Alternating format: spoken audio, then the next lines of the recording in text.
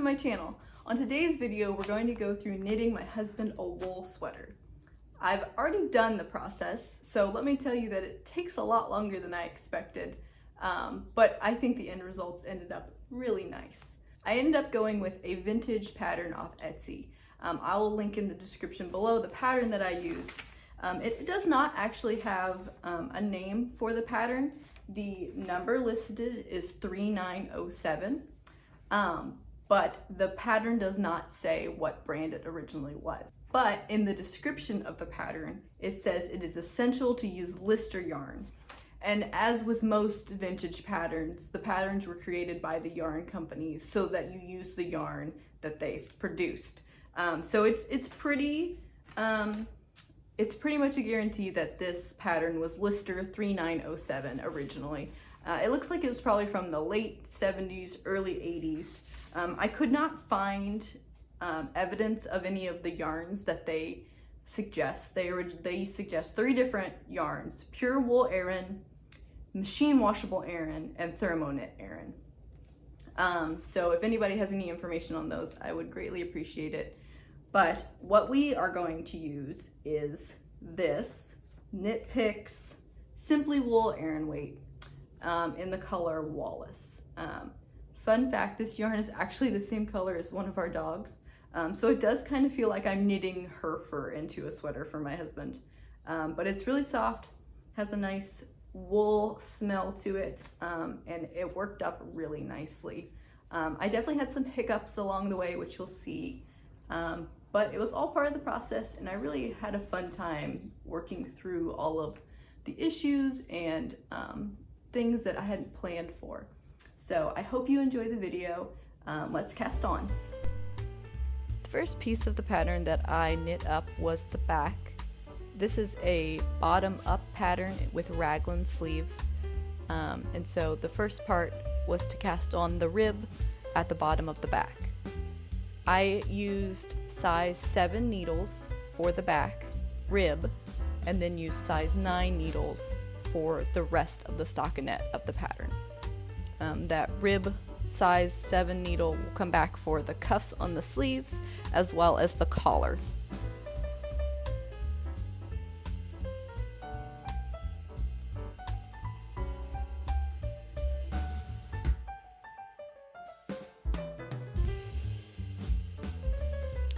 Once I had the ribbing done, it was a straight stockinette halfway up the back until you start to decrease for the armholes. The problem was, about halfway through I realized that I had not put enough ribbing at the bottom of the hem. The instructions said to repeat the first and second rows of the ribbing 8 times, and I took that to mean a total of 8 times, but I then realized, looking back at the sample picture, that meant to do both rows 8 times for a total of 16 rows. I reluctantly added on those 8 rows back to the bottom of the rib. I say reluctantly because it did end up making a small line, a seam essentially, where the 2 sets of ribbing met because they were going opposite directions and they were off by half a stitch. So I was not super excited about how it looked, but I had already done so much stockinette for the back that I didn't want to have to redo the back. Little did I know, I finished the back. The problem is, it is too narrow. So I think what happened was my tension square looked great, but then as I was knitting the actual piece, my knitting got tighter and tighter and tighter and tighter. So where it should have been 9 stitches to 2 inches, it ended up being like 10 stitches to 2 inches. So I think what I'm going to do is redo the back, and I'm going to increase the needle size. I did also notice that the largest size is actually too narrow for my husband's chest anyway.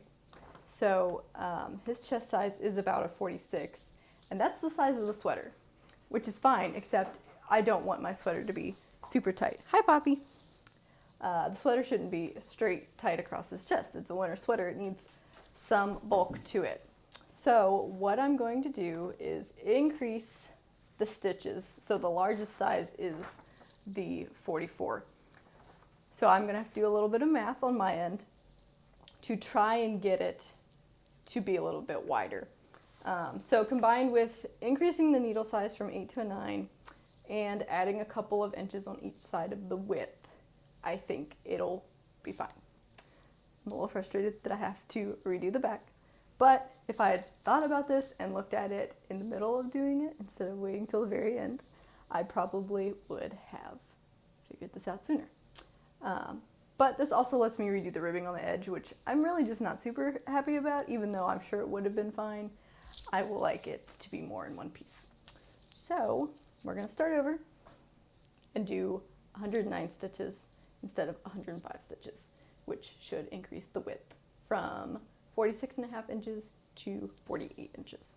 And hopefully that will be enough. So I will check back in soon.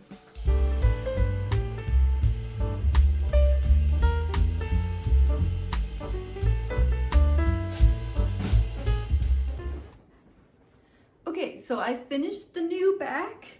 It fits much better, lengthwise and widthwise. And it has a little bit of a looser pattern to it, so I think it actually feels a little better too. The most important part is that it doesn't have the weird stripe on the ribbing, because I did enough rows this time and didn't have to go back and add that weird like opposite direction ribbing. So I'm very excited about that. It was pretty easy to scale the pattern up past its largest size.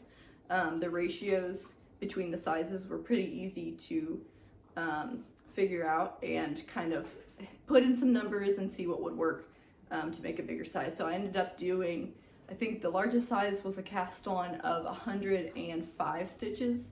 I ended up casting on 113 stitches to increase the edge to 50 inches. And it's got a lot more stretch to it because I didn't use as tight of a tension this time. So I think it's gonna fit even a little bit looser than that. The only thing that I'm concerned about going forward is the raglan stitch on the sleeve is going to be longer. So I will have to increase that when I get there. I've never done a raglan sleeve before. I've done like a little cap sleeve on a shrug I did a few months ago, but I've never done a full sweater sleeve. So the original seam kind of ended right there on the original back that I did. So there's a good 4 inches of additional stitches rows that I'll have to make. So I'm hoping that I won't have too much of a problem when I get to the sleeve in scaling that up. But otherwise, I think it looks a lot better. I'm super excited to keep going forward. I've already started the front panel, so hopefully that goes a lot faster since I've already scaled everything up and know how this yarn works now. It's pretty smooth, even though it's full wool. It has a nice lanolin smell to it though. And then I'll move the sleeves and we will go on from there. So I'll check back with you soon.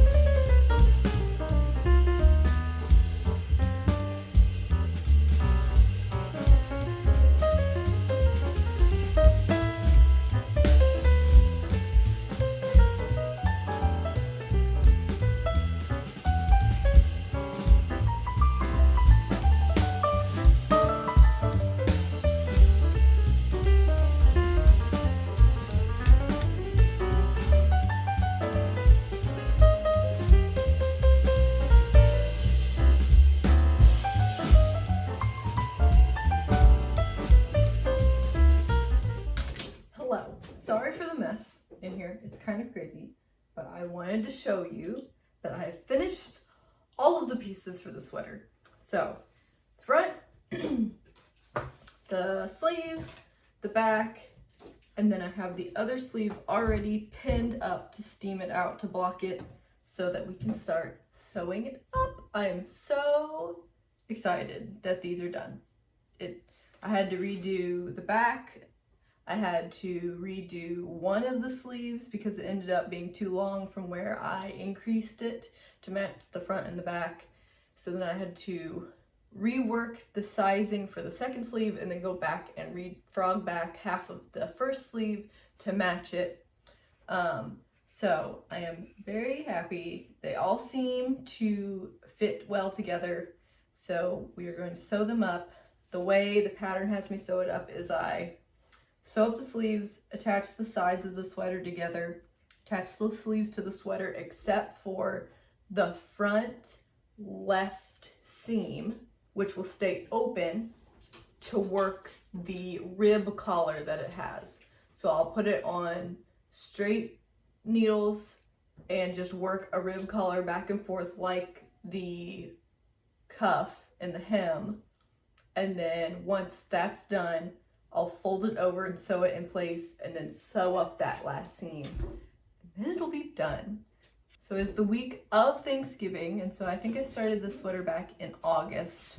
So I'm very excited that it's almost finished. I don't think it's going to be a Christmas present. It's just going to be when it's done. It's going to be like, here, it's ready. So we're going to steam block all of the pieces and start sewing them up. So I'll see you when that's done.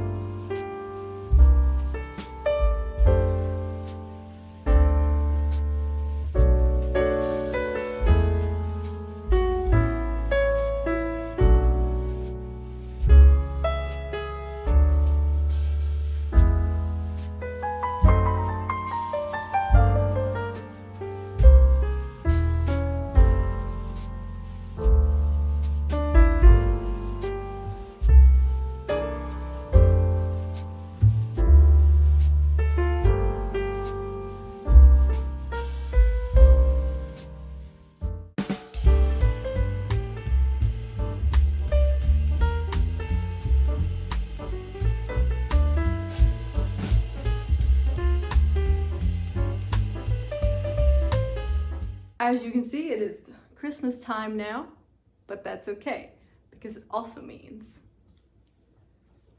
that the sweater is done.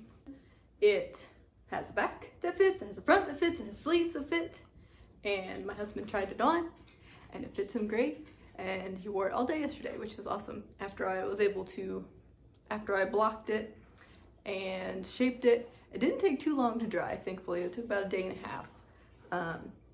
So all in all, the sweater took about 4 months. I think on Ravelry, I put it that I started it cast on September 8th, and today is December 9th. So literally exactly 4 months. I don't think it would have taken as long had I not obviously had to start the back over. And I also had to size up the pattern, and that took a while to figure out. So I think if I had just been able to knit it straight through without any adjustments, it probably would have only taken, I'm gonna say 3 months, which I know for some people is still a long time. I'm just not that fast of a knitter yet, but I enjoyed the process.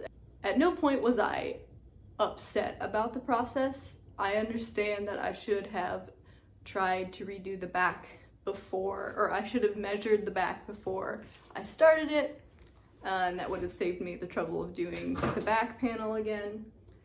If I had really thought about the measurements more before I started, I would have sized up to begin with. It was a learning experience to have to restart, change the measurements. I know how to size up a pattern now, which is great, because I do typically like to work in vintage patterns. So being able to size those up either for me or for my husband or for somebody else I'm making something for, that is an invaluable skill to have. I'm super glad that I had to do the back panel again, in the sense that I didn't have that super wonky rib hemline, so now it's all smooth. I am just very pleased with myself in getting this done. And the tension on all the stitches looks really good. It was a little lumpy looking before I blocked it, and I was a little concerned about that because it was a little stiff. Once it got blocked, it smoothed out a lot more, and it looks really seamless now. I'll upload some pictures of it, of the photo shoot I took for it. I'm really happy with the yarn choice. I changed locations because one dog would not stop squeaking her toy, and the other one was giving herself a bath right next to the camera.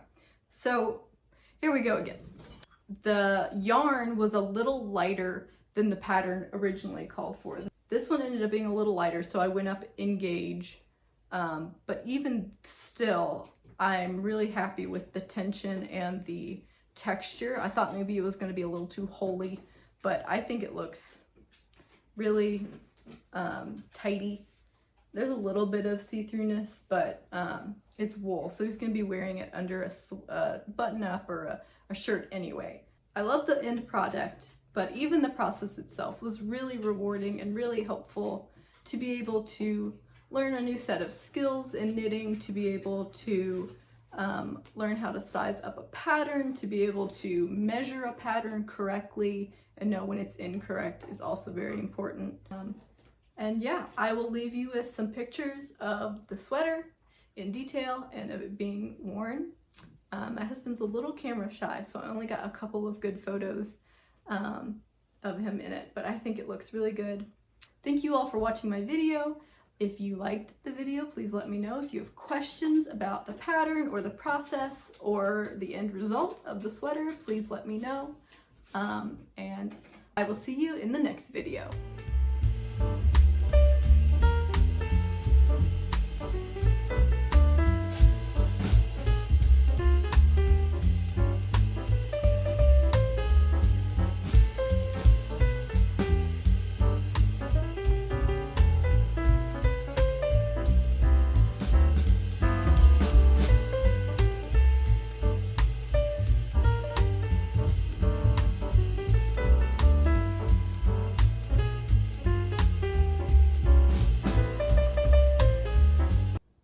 Excited about the sweater? You want to be in the video? Yeah. Oh, hi Sage.